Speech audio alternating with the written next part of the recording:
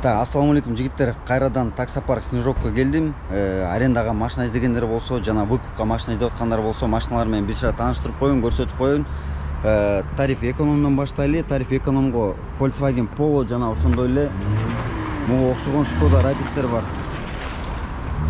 Аренданын баасы 1800дөн, график 6.1. Анан кийин 100 рубль депозит бар страховкага. Ошондой эле мисалы эгерде мындай жаңырагын алам десеңер 2022 жылкылар булардын графиги 7.0 болуп калат, бирок баасы ошондой эле 1800дөн 100 рубль страховкага кетет. Анан кийин тариф комфорт плюс айдайм десеңер паркта, Снежок паркта жактар бар. Жактарды буга чейин да көрсөткөм. Азыр жакыныраак барып көрсөтүштүн эле кажети жок го дейм.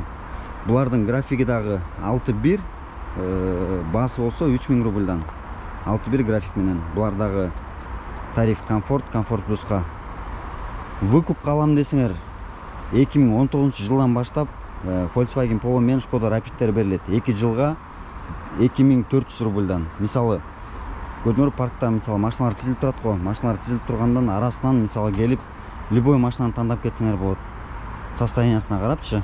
Ар бир машина ар кандай жана ошондой эле комплектацияларын терезеси ачык экен, как раз мен үчүн ачык болгон окшойт.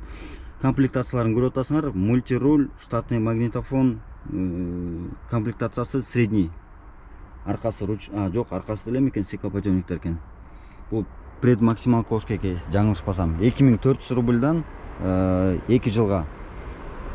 Ошондо айттым тариф экономго Volkswagen Polo'лор менен Skoda Rapid'тер бар, ал эми комфорт плюска жактар бар. Ошондой эле тариф бизнес бар. Өткөндө 2 машина турган, бүгүн жок экен. Эгерде бизнеске машина алам, мен бизнесте иштеп жүрбөйм, а менден сурап калып атасыңар, эмеге барбы депчи, бизнеске каяктан алсам болот деп. Ушул Снежокко чалып көрсөңөр болот. Машина бош болуп калса, силерге сөзсүз түрдө берет машинаны. Ошондой бизнеске, по-моему, Мерстер, жалаң ешкалар, европейский сборка менен Европадан келген Мерстер болчу. Баалары жаңылышпасам 5000 же 5500дөн 7.0. Аны дагы төмөндөгү телефон номерге чалып, сурап билип тактасаңар болот. Некоторые водители на бизнесе вообще приходили. Пожалуйста, Левичка. Даже и все водилы, особенно за 40 плюс. Ну да чё ебаное, твое время истекло. Говорю, можно курить яйка. Я тварь. Бул машинасы Мерседес го, бул неле буякка да атат, деп эле коем. Жок, негизи документ боюнча BMW деп кой. Базар жок. Мына, көрсөтөйүнбү? Сырты BMW болгон. Сырты Мерседес болгон менен? Эмес. Сырты Мерседес болгон менен. Мына, көрдүңбү? BMW 525. Да.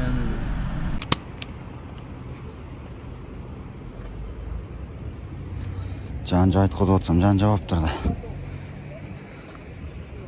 BMW значогу эмне болуп калган эли?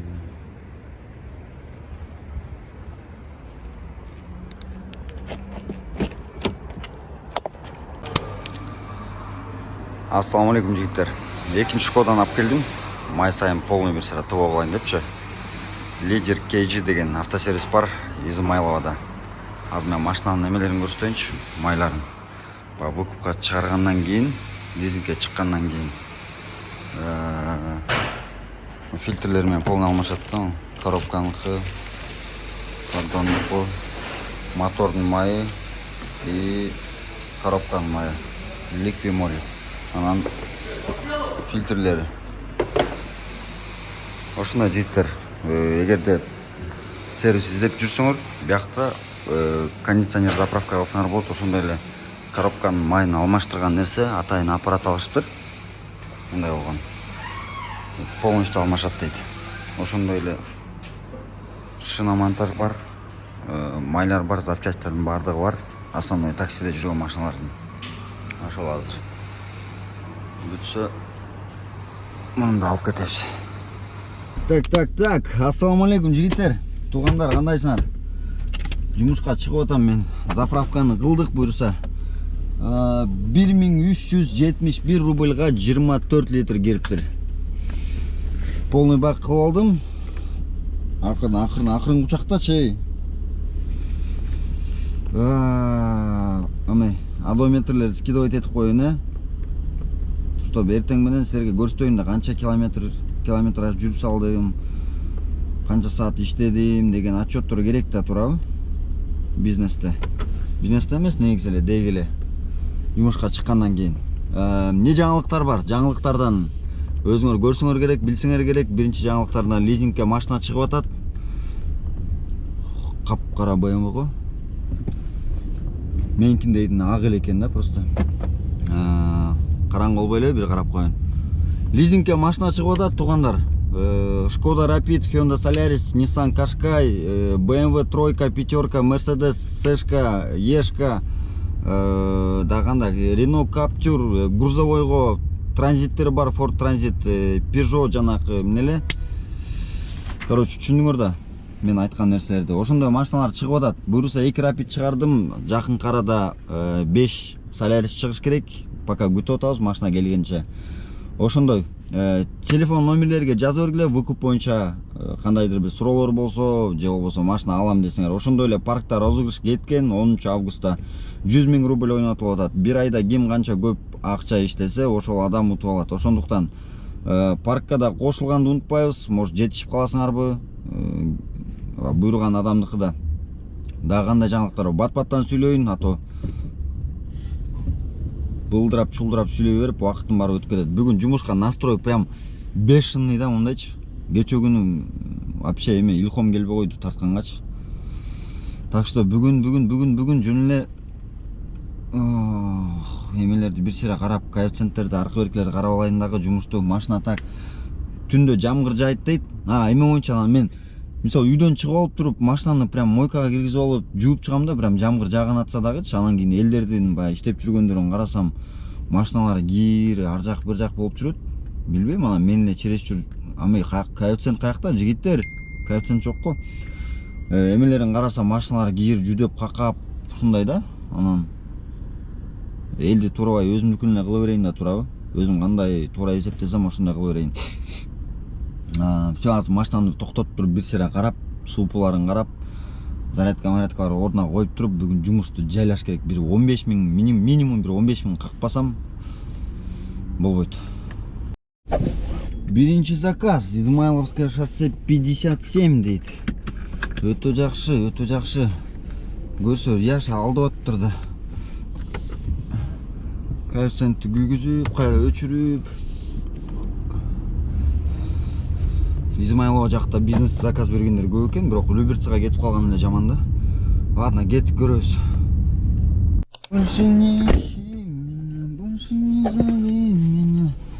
Ай, сон пассажирлар, ушундай эле сон пассажирлар болуп турса, 20 минутада 1076 рубльга таштап салдым. Еще жетпей түшүп кетти. Таганский почту ары бери айлантпай эле, аяктан эле түшүп кетем, өзүм эле эшикти ачпай эле кой дейт. Дейчи болбой мен ременди түшүп, мында имитация кыла койдум да. Эшик ачкан аткан киши болупчу. Кеттик дальше. Не, коэффициенттер. Ладно, иштей берели. Коэффициент деп анын баарын аңдып кубалап отургуча, лучше жөн отургандан көрө заказ кылып отурган жакшы.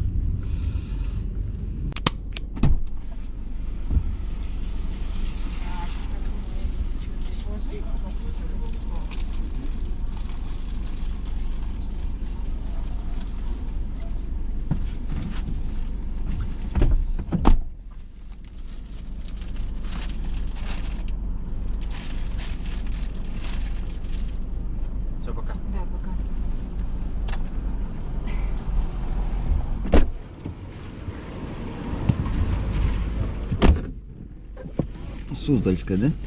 Да. Пожелания по поездке. Да ничего.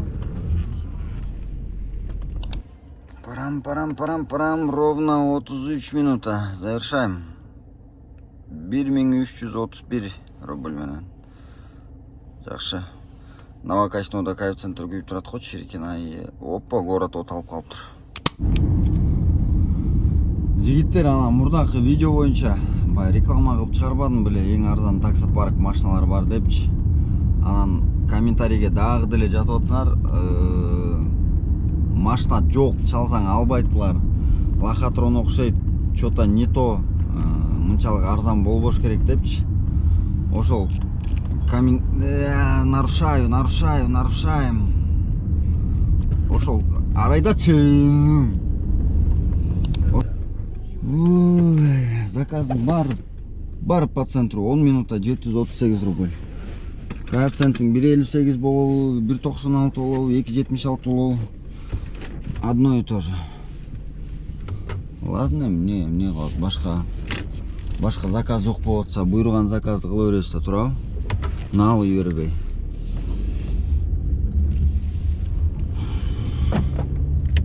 Линияга чыгайын эми кайра. Парковкага да көп көтөрө албайм бияка.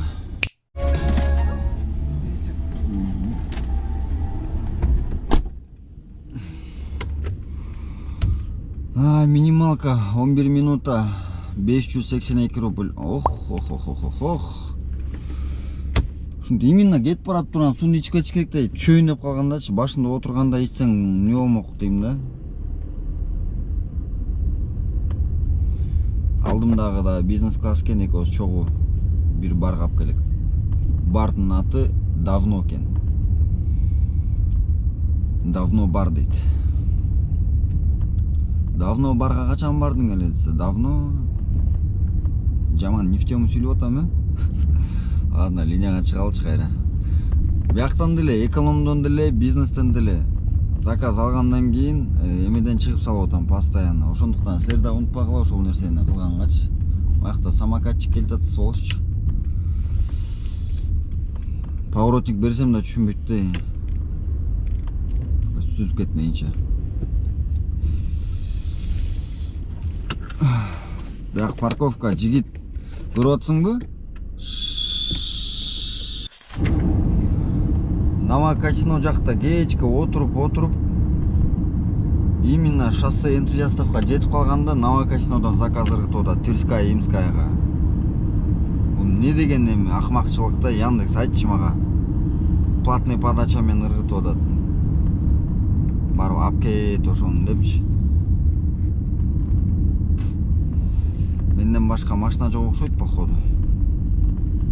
Эми азыр жөн эле пустой түшкөндөн көрө центрге алып кетиш керек. Подачасына карабайчы, 5 километрлик подача менен, же бизнеске 5 километрлик подачалар нормально элеби. Азыр гаишниктердин алдынан кайра өтөм да, ППС, ЦПСтер менен чогуу турган жактан. Ошон үчүн алардын жанынан левый рядка салып туруп фарт этип өтүп кетиш керек да. ГАИ жактан вообще мага не везет да.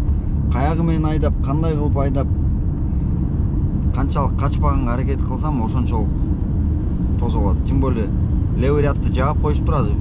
По-любому оң жакка өткөнгө аракет кылабыз да. Бирок таксистерди кошмарить этип атат конкретночу. Жалалаң таксинин машиналары. Мен эми ойлоп атам, BMW-ны тозбойт деле болуш керек депчи.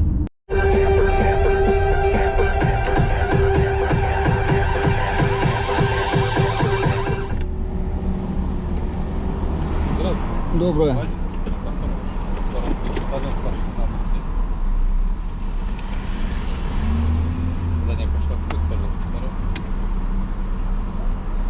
Здравствуйте. Здравствуйте. Все в порядке? Отлично. Все, давай, все. На душе.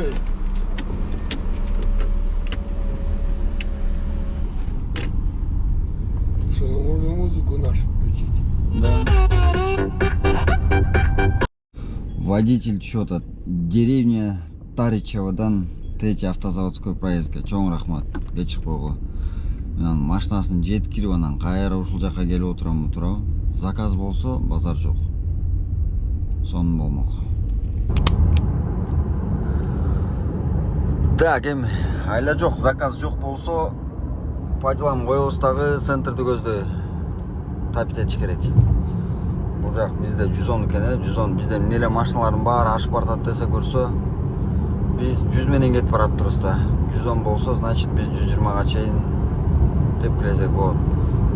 Городто тыгылып эле ар кайсы 60-70 дегендер менен тормозить этип айдай бербей, кичине хоп десең бияк уже 70 болуп калат экен да. Впереди камера дейт. Комментарийди окугулачы, комментарийди. По возможности автомобиль BMW дейт. Өзү го, өзү баратат го BMW. Сонун заказ болду. Сонун 26 минутада 2013 рубльга. Жанакы болсо элестеткиле 50 почти 50 минут болуп кеткен да. Бул заказ болсо 26 минутага. Кайф. Ушундай заказдан бир 5ти таштап салсам, ошондо болуп кетесиң да. Бирок алып келген жер заправкага алып келдим. Заправкадан түшүп калды. Аркасы вроде таптаза эле, суу бар. Эч ким ичпей эле. Шүгүр, суу ичпей аткандарга бир эле суу ичилди бүгүн. Жагып атат мага суу ичпегениңерчи. Азыр эми кайра центрге кирип эле кайра бирөөнү сүйрөп чыгыш керек эми. Эме кылып койдум, домой күйгүзүп койдум. Мындай противоположный кылыпчы. Эгер да тигил жакта болгондо, анда үй жакта болгондо анда по делам бияка коймокмун. В принципе, район нормальный эле район, Строгино. Заказ деле болуп калышы мүмкүн, бирок сторону дома койгонго байланыштуу саат 2-ден 39 мүнөт өтүптүр.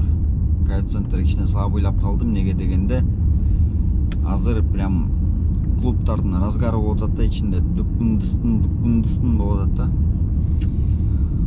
Саат 4-төрдө кайра күйөт конкретночу, ага чейин эрмектеп туралыбы заказдарды. Тамак ичүүдө эч ким жок. Тамак ичип алайын десем курсак ачты, бирок тамак ичейин деп барсаң саат таңкы 5 болуп кетет да. Ошон үчүн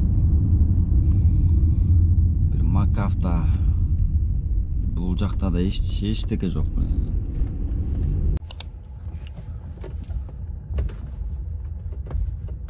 Эме жакка келтам. Алый паруса деген жакты билесиңерби? Акаевдин үйү бар болчу ушул жакта. Азыр деле бар болуш керек, по-моему. Рочдельскага барат экен конкретный. Сонун районуна барат экен. Сонун.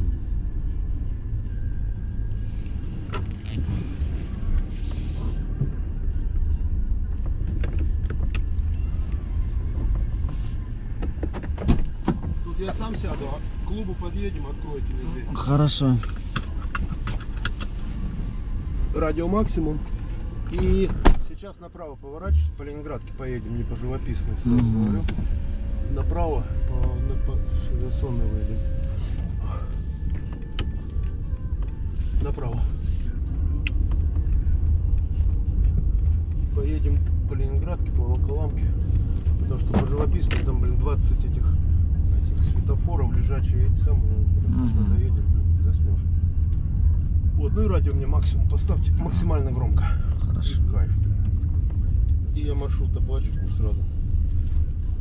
Там у меня 1000 что-то там. 1334. Свет нельзя включить?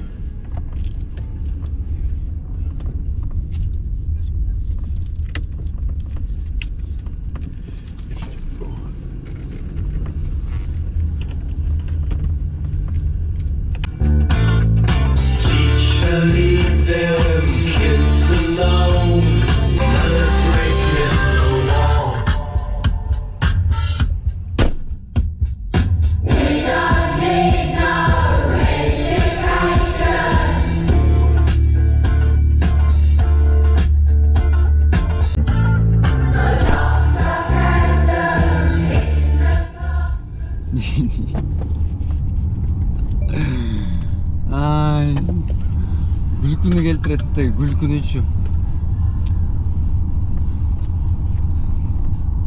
Эч аягынан аштыргандан кийин до конца аштырды. Жаман понт го понт. Мынчалыкка чейин көргөн эмесмин адамдардычы. Прям жолдо келатып айтат го. Клубтун алдына жеткенде музыканы азайтпа дейт. Мен өзүм стилим ушундай дейт.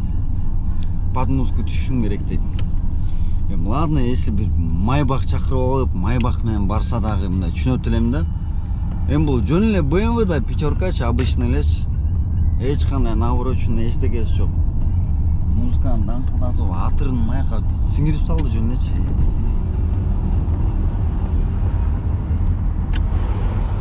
Мейлем, каждый өзүнүн жашоосу да туурабы. Бирок эми жаш бала дейин десең килегилне мужик экен да. Акчасын да карабай эле эметип койдум, наличка экен биринчи жолу. 1400. Ох, шакал баш. Шакаленок алдап кеткен турбайбы мени? 1400 берди го деп. Унчукпай эле карабай эле салып койгом да. Көрсө бул мени еще 34 рубльга алдап кетиптир да. Ах, шакаленок. Шакалбашка.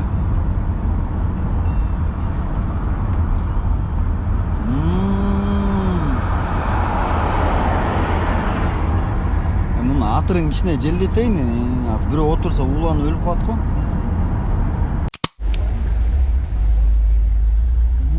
Майбах, V-класс, гелик, Infinity. Каалаган машинанын баары бар. Так. Розельскаянын ичинде ничего интересного. 1.88 менен Столярный переулоктан заказ алып чыгып атам. Минималка эле окшойт походу. Или кэф ушунчалык бешеный болуп кетти. Ачылат өзү эле ачылат.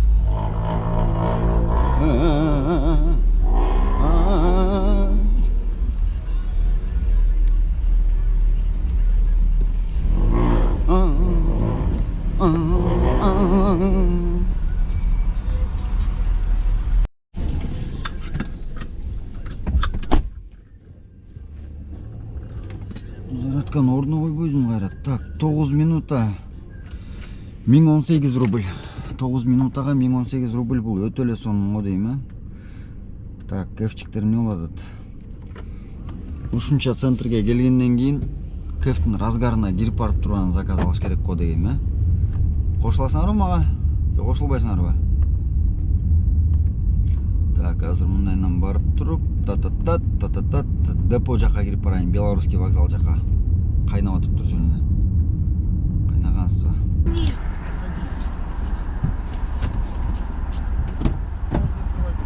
Бля, Ил, ты маленький, давай, залезай в середину. В середину? Ебать, тут вообще нет места. Макс, сядь, пожалуйста, люди ждут. Красавчик. Слушайте, можно Мы идем в соседнее село на дискотеку, Пашу технику. Мы будем слушать технику. Лиля, ты будешь Не ехать, слушай, и Будем тебя слушать не будет техно, тошнить. мы Ты идем будешь слушать слушать то, что технику. слушаем мы. Соседнее село на дискотеку. Лиля. Скуденьковского бульвара, да? Да. Циклопа. Лиль. Так, Твое время истекло. Время Просто истекло. Лилия или Нет. Галова, да? Я вам отправлю запрос. айфон или это? А включи время Ну, истекло. дай мне ручку свою. Малыш, дай ручку. Я это. Не выёбывайся. Элку-то Мы можем можно е- курить? А мы Да. можем? О, от души. Только окошко открой. Честно, Окошко, открой окошко чуть-чуть. некоторые водители на бизнесе Открой вообще в окошко, прихуели. пожалуйста, Лилечка. Точнее, все водилы. Особенно за 40 плюс. Мудачье слушай, ебаное. да. Мудачье ебаное. Да. Твое время Поехали, истекло. бро. Е-е-е. Подключу. Говорю, Всё брат, хорошо. можно курить, дайка? Я Нет, тварь. нахуй, говорю, блядь. Вот это не Да он. я Твое возьму, время блядь. Нет, истекло. там, Твое там, время водичка есть? истекло. Ладно, Я давайте оттрахал Монте-Карло. циклопа. А Да, чего? мы не Давай будем. подключусь. Давай я подключусь. Он не хочет находить. Почему? Тоже.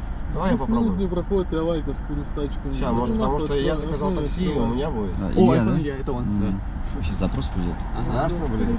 Скуряйка. Да, сразу напрягся. Потому что мне... Арген, бро, дай водички. А с правой стороны там Нет, нету? Сейчас. Это уже не первый раз. Создать пару. Разрешить. Дай водички. Нам за... Лилечка. Как это? Мусорный пакет. Химчистку не хочется платить. Давай, знаешь что? Бля, зай. Давай, это самое. Скорее всего, Я ты помолчу. проплюешься. Всё. Я угорнула, что все вперед, это была наебка. Открой. Наеб, пожалуйста. Послушай, Наёб, Даже давай хоть после- сначала наёб. А Ленинград ты потом сделал? Все, умоляю, пошел. А включите лайк. Да, еще лайк. Еще много-много. Эй, а как сиденье опустить? Севастополь. С правой стороны там кнопочка есть. А я вообще не в состоянии. Понимаешь, о чем я? Сейчас я помогу. Давай. Это мой. Видишь меня? Мне нужна помощь. Давай, поговорим. Пожалуйста. Спасибо. iPhone. Мои друзья нихуя не князья. Что случилось? Моя улица. Так, Тошнит. Ха, шучу. Лиль, смотри вперед. Бля, я угораю над вами, вы что, ебанутые? нездоров и не мог. Спасибо за то, что вытерпели. Заберем. Спасибо вам еще. Да, пожалуйста. До свидания. Гостей не такие, как это. Да, закрывай.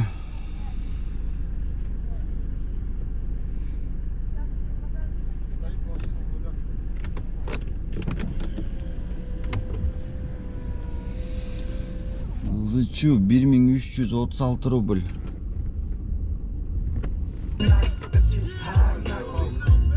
Он 6 минуталық поездкаға. Ақырындатшы. Қана чайырықтау көрейінші, чайырықтам да өзінше қиын кеше болады. Арген, закрой поездку деп эле. Посмотрим сейчас, сколько прилетит дегендейші.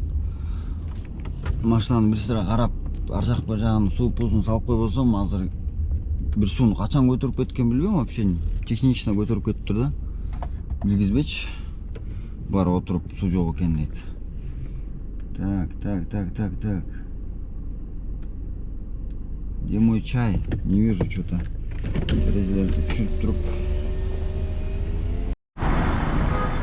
Ассалаумалейкум жігіттер, дағы бір жолы. Осор деген біздің өзіміздің қырғыз бренд бар екен. Именно одеждамен заниматься еткен. Гончарная улица, дом 38. Таганская площадь бар ғой. Ошол жақтан оңға бұрылып тұрып, анан кейін ушул здание екен, мысалы бияқта Винлаб тұрады. Винлабтан мында келсеңер, маяқта Осор деп жазылып тұрады, көрінер бе? Ушул жаққа кіресіңер, бияқта Вайлберстің нәмесі бар екен, ориентир. Ылдый түшесіңер? Алдашып бияқта кофейняға кіріп кетіп бе? Ылдый минус 1-ге түшесіңер. Ассалаумалейкум. Қандайсыз бәке? Так, туғандар. Өзүстүн кыргыздардын магазини экен, Осор деген брендте. Аз мен силерге бир сыра кийимдерди көрсөтөм, кандай кийимдер бар. Мен мага айткан боюнча, аз өзлөрүнөн да бир сыра сурайбыз. Футболкалар, основной шымдар өзлөрүнүн бренди да бар экен, анан кийин мындай кийимдер да бар экен. Мисалы, футболкаларга келсек, мен силерге бир сыра тартып көрсөтөйүнчү азыр. Ассортимент өтө эле көп экен да. Мындай бир сыра спортивка десеңер, спортивка. Эгерде классика кийинем десеңер, мына силер сүйгөн кепкалар да бар экен бияқта. Бут кийимден баштап, иши кылса бул магазинге кирип туруп, бутуңардан башыңарга чейин кийим чыксаңар болот экен. Джинсы десеңер, джинсы, рубашка десеңер, рубашка, бут кийим десеңер, бут кийим. Ошондой эле мен азыр кирип келатып, рюкзакта көрдүмбү? Жаңылышпасам, рюкзак, барсеткалар, мисалы, жай бүт элек, двойкалар бар экен, шортиктер менен, футболкалар менен. Так, Даниэль, давай четинен баштайлы. Биринчи өзүң именно силердин производство менен чыгып аткан, силердин брендтеги кийимдерди бир сыра көргөзүп берсең.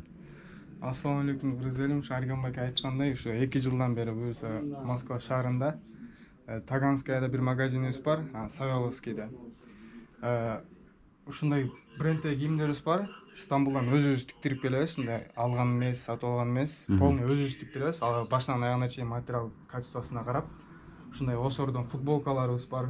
Ушундай карасак, кара түстөгү. Бияка келсек, мындай аст үстү менен спортивный шымдар эмелерибиз бар. Тоже мындай бренд болуп, немеси менен. Именно силердин өзүңөрдүкү, Осордун бренд. Ушундай эле дагы мондай түрдөгүлөр дагы бар. Осордуку бул дагы өзүбүздүн. Дагы буюрса дагы заказдарыбыз бар, тигилип атат. Дагы жакын арада бир канча күндө дагы келип калат, жаңы поступление барчы. Канчадан бери иштеп атсыңар? 2 жыл, ушун 2 жылдын ар жакта жагы. Ошондо Москва боюнча Гончарная 38де, анан кийин Савеловский вокзалда. Савеловский вокзал. Мен жигиттер эмесин адресин негизи Савеловский вокзалга дагы удобный болот да, баягы таксисттер көптөрү тамак ичкен ошол жака барышат да. Ошол жака барып калсаңар, мен төмөн адрести жазып коем, эки жакта тең. Гончарный менен Савеловскийдикин. Андар дагы бир өтө керектүү маалымат, мисалы магазинге келип кандайдыр бир кийим алып калсаңар, мисалы бир кроссовки алып, ага кошуп бир шым алсаңар, именно ушу магазиндин атынан ушул жерден бир футболка же болбосо ушул рядтан турган бир футболка алсаңыздар болот. Подарок катары берет да магазиндин атынан. Туура эле айттымбы? Туура эле ушундай Арганбек айткандай эле. ассортиментибизде көп эле кроссовкалар бар. Ошо калган кроссовкадан алып, анан бир шым же джинса ала турган болсоңуздар, ушул жердеги турган Холодок деген футболкаларыбыздын качествосу аябай жакшы. Анан ушул жерде жакасы менен футболкаларыбыз бар, ушулардан белекей бирөөнү алса болот. Бирөө бесплатно кетет. Ооба, бирөө бесплатно. Так, жигиттер уктуңар. Эгерде келип бир шым алып, бир кроссовка алсаңар, бир футболка ушу магазиндин атынан Осор магазин аты тура айтып атамбы? Осор брендинен силерге бир футболка подарок экен. Ошондуктан адрестерин, бүт телефон номерлери менен төмөнгө жазып коем, чалып билип келип ошондой эле өзүбүздүн кыргыздар жана машинада келет айтпадымбы? Азыр Москвада көп эле өзүбүздүн кыргыздар сфера обслуживаниялоо кандай жер болот, бүт өзүбүздүн кыргыздар ачылып атат. Ошондуктан өзүбүздүн кыргыздарга поддержкадан берип, мисалы ушул эле кийимдерди торговый центрлерден барып алып жүрөбүз да, тем более жайгашкан жайлары да удобный экен, мисалы Сайолскийде, анан кийин Таганский метро. Именно кыргыздар жашаган райондордо экен да, кыргыздар көп барган райондордо экен. Ошондуктан Осор брендине келиңиздер, келип өзүңөргө жаккан кийимдерди эми силерге дагы бир жолу көрсөтүп коеюн. Выбор көп эле экен абдан. Спортивныйдан баштап классикага чейин. Азыр бир сыра тартып да көргөзүп коем. Туугандар, ошондой эле биздин магазинибизде бекер доставкабыз дагы бар. Instagram баракчабызга кирип, ушул жерден каалаган тандаган кийимдериңиздерди МКТ ичинде бекер жеткирип беребиз. 993. Сумму написали? Сумму. Давай сумму. 2400. 2500.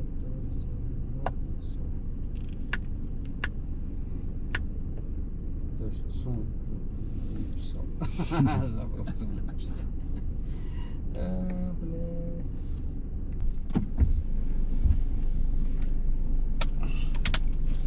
Я тебе бутылочку водить. Ой, блин, ты.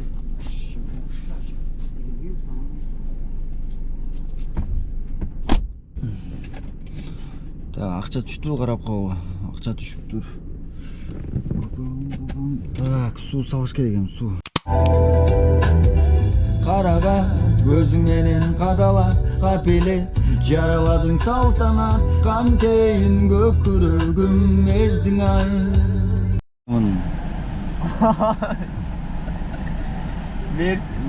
Бул машинасы Мерседес го, неле БМВ да атат деп эле коем. Жок, негизи документ боюнча БМВ деп кой. Базар жок. Мына, көрсөтөйүнбү? Сырты БМВ болгон менен. Сырты Мерседес болгон менен? Эмес. Сырты Мерседес болгон менен. Мына, көрдүңбү? БМВ 525. Да. Клиенттериңиз баягы кылбайбы, адаштырбайбы? Просто баягы эме да. БМВнын көп клиенттер эме кыла берет да, отмена кыла берет да. Сыртын эме мырс кылып таштаган да. А так ичин бүт БМВ деп кой, мотор саторун барыш.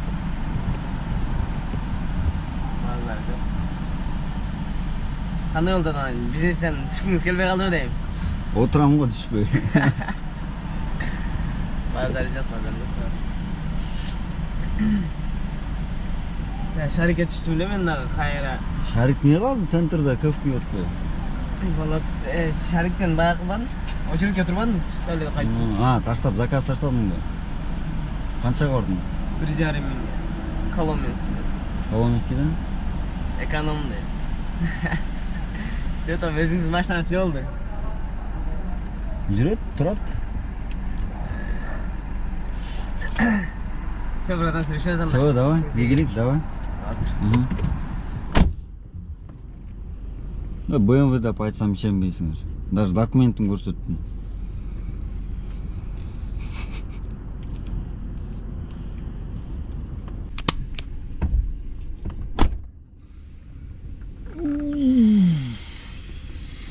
Жыйырма 7 минута 1936 рубль. Жакшы, баасы жакшы, бирок келип калган жерим Одинцово, Внисок, поселок Внисок. Өтө жакшы эмес, бирок баасы жакшы. Азыр эптеп Можайское шоссеге чыгып алсам, Кутузовский менен урган бойдон уруп кетем. Центрге кирип туруп дагы бир 2 минуттай сүйрөп чыксам, заработок кичине ошондо окшошуп калат экен да. Одинцовадан чыгып барат. Яндекстин эмеси алгоритмин дейин десең, бул пассажир чакырган убакта именно бир өтүп кеткенден заказ спину бериш керек да, ошол нерсени сүйөт да Яндексчи прям. Бирок да жакшы центрге барат экен, Смоленская почта, Азимутка. Хотя бы центрге кирип алайын. По делам менен болсо дагычы, бир 500 рубль таза калса дагы. Пожалуйста. Спасибо, всего доброго. До свидания.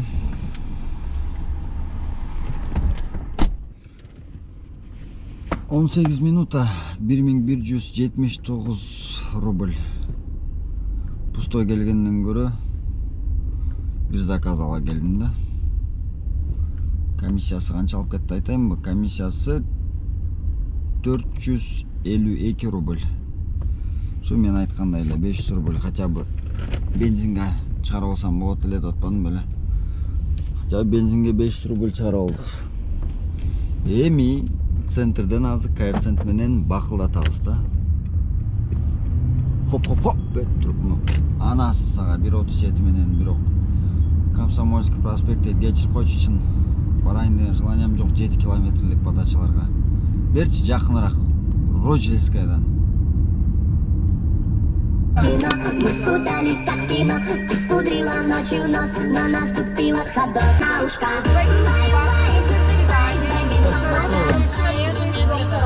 Немедленно выключайте.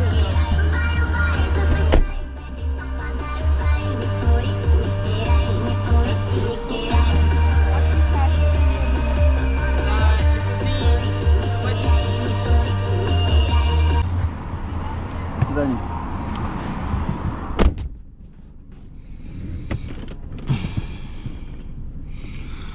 Аяктагы шоколадница сага.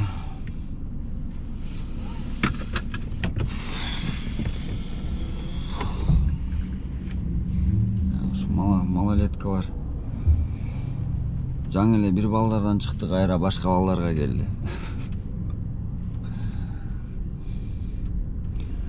Я буду ждать вашего звонка. Я тоже буду ждать твоего звонка.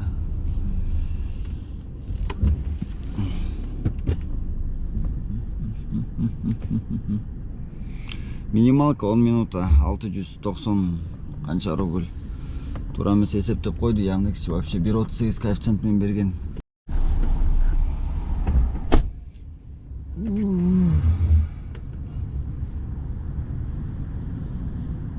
Аэропорт Шереметьево 35 минута 2002 рубль.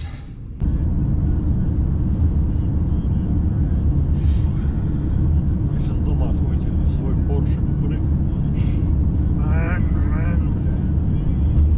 Я неделю там ездил на такси на этих.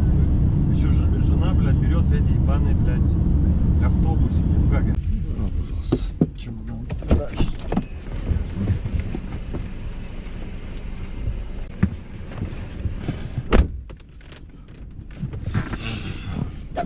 Elli 8 минута 2553 рубльга. Шереметтен Внуково жака келип калдым. Уйку келип болбой калдым ужечи. Азыр мыякта сообщенияларга жооп берип коеюнчу, анан кайра байланышка чыгам. Так, жигиттер, жумушту бүтүрүш керек уже. Жумушту бүтүрбөсө 13 саат 16 минутадан бери машинада жүрөм. Шереметьевода кичине катып калдым, баш аягы 1 сааттайчы. Ошол менен пробег вообще эле конский болуп кетти. Пробег канча деп ойлойсуңар? Деп туруп 486 километр. Элестеткиле 486 километр. Мен экономдода мынчалык жүрчү эмесмин. Азыр как раз Роснефть паркен алдыда. Роснефтке кирип туруп азыр канча бензин кеткенине чейин прям четко айтып берейин. 487 болуп кетти уже.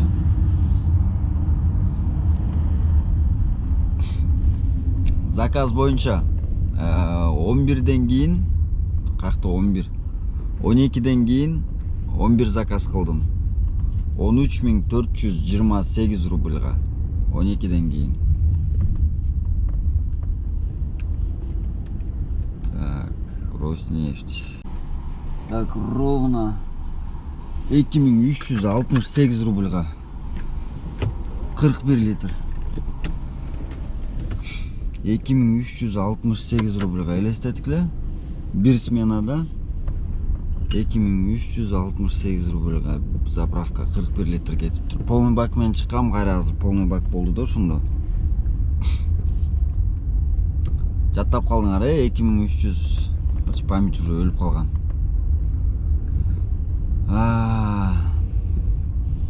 Пробегти айттым, бензинге кеткен акчаны айттым. Эми заработокты айтайын. 12ден кийин 11 заказ менен 13.428. Ал эми 12ге чейин болсо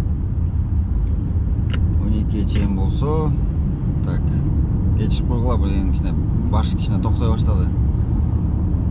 12ге чейин 1, 2, 3, 4, 5 заказ менен, жок, даже 6 заказ экен. 6 заказ менен 4300. 4300-гө 13.428 кошкула. Так, 14, 15, 16, 17, 18.000ге кичине жетпей калыптыр. 18, эми грубо 18 деп койгулачы. Грубо 18, 486 пробег менен 2000, ошондо 2018ден 2300 эле бензага кетип атат. 2,5 бензага кетип атат деп койгула. Суу алдым, ага 500 деп коелу. 3000 бенза, 4500 аренда деп кой. 7500 кетип калыптыр. Өзүм 18, даже 10 тоголок таппай калыптырмын да. Кудайга шүгүр, ушуга дагычы болот. 7000, 8000, почти 9000 болуптур да, ушунда чистый. Туура эле айттым окшойт, 18. Бирок экономдогудай чарчаган жокмун да, мындай. Уйку келип атат, мындай. Денем, пенем мындай физически эме чарчай элекмин да пока. Аз дагы уктабай да толтура жумуштар бар, ошолордун баарын бүтүрүш керек. Ушул видеону монтаждаш керек еще. Көрүп атсаңар, значит монтаждап бүткөм да.